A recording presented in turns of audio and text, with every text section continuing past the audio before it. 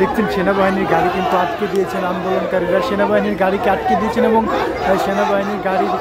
চাকার তলে কিন্তু শুয়ে পড়েছেন একজন। আমরা আপনাদেরকে দেখানোর চেষ্টা করব যে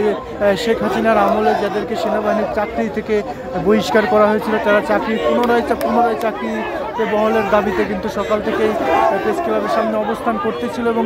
সেটার সমাধান করার জন্য কিন্তু সেনাবাহিনীর কিছু ঊর্ধ্বতর কর্মকর্তা তারা কিন্তু তাদের সাথে বৈঠক করেছিল এবং বৈঠকের পরবর্তীতে তারা যে সমাধান এসেছে সেই সমাধানে কিন্তু তারা সন্তুষ্ট না হননি এবং সেটাকে করে তারা সেনাবাহিনীর ঊর্ধ্বতর কর্মকর্তারা যখন বের হতে গিয়েছেন তখন কিন্তু সেনাবাহিনীর গাড়িকে তারা আটকে দিয়েছেন এবং গাড়ির চাকার তলে কিন্তু তারা শুয়ে পড়েছেন। আমরা আপনাদেরকে দেখানোর চেষ্টা করছি।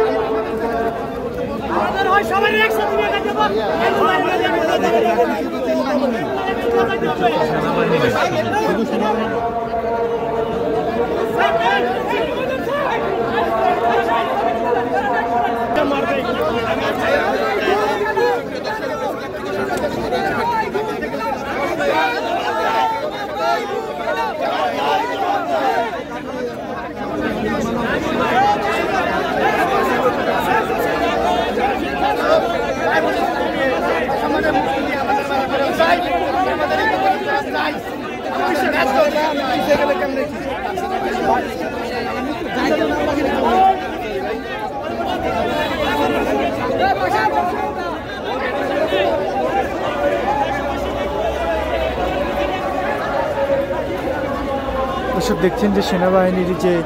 ঊর্ধ্বতর কর্মকর্তারা গাড়ি বহর নিয়ে এসেছে সেই গাড়ি বহরের সামনে কিন্তু আন্দোলনকারীরা এখানে শুয়ে পড়েছেন এবং তারা কিন্তু এই আন্দোলনের যে দীর্ঘ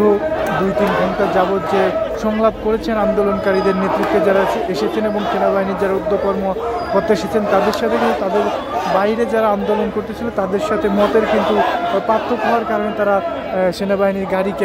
গাড়ি বহরকে আটকে দিয়েছেন।